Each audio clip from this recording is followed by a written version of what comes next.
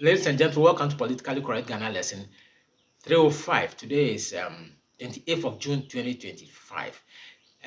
It reminds me of 2 days ago's discussions that we had as friends on the execution of former heads of state and then military officers on 26th of June 1979, thereabout. Okay, over 40 years now, it's come up and it keeps coming up. The NPP, the New Patriotic Party members, keep blaming Jerry John Rawlings, who was the chairman of the Provisional National Council. And I keep saying that no, he's not responsible for those murders. But you ask Boakye Djan, Major Boakye Djan, you ask Major Boakye Djan, you ask General Hamidu. General Hamidu was the chief of staff, chief of the army staff at the time. And Boakye Djan, it was Boakye Djan's coup. Major Boakye Djan's, that was his coup. AFRC was his coup. Rawlings was then locked up to face the death sentence.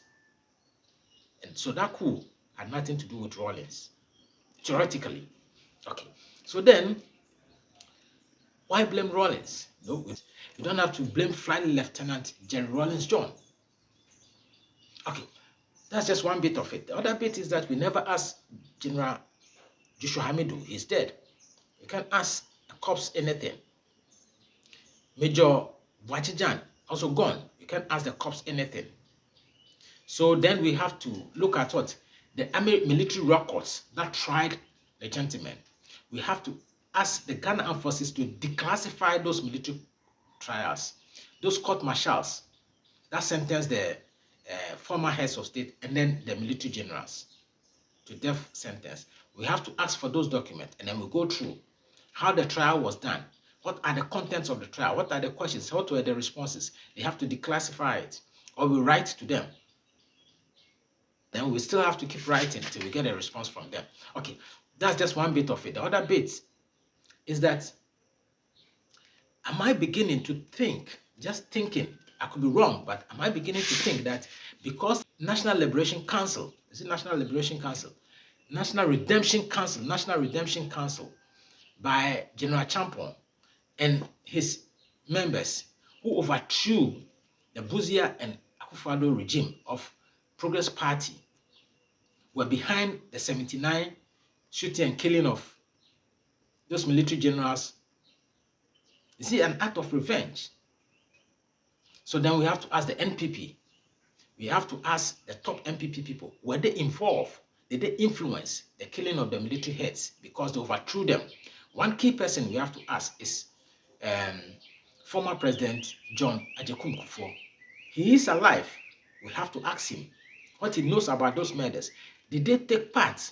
Did they influence? Did they dictate? Were they on with a mask and dictating affairs?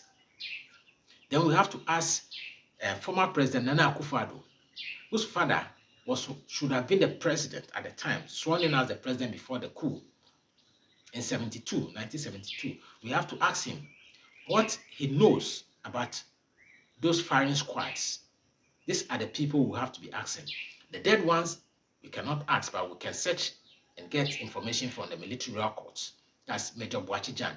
Then General Joshua Hamidu. Then, of course, we have to look at interviewing John Kufuor, the former president, and the former president Nana Akufo-Addo, to find out what they do know. Because don't forget, Joshua Hamidu in 79 was the army general, and then his announcement was the one that stopped everything. That all the shenanigans, all that firing and upheavals, he's the one who stopped it and said the coup has been successful. He has been rewarded. He was rewarded by John Kufuor when he was president. Made him an ambassador. So there's a lot of questions. Let me say it, Kwame Afaglo. Let's request for those documents and then investigate further. Thank you.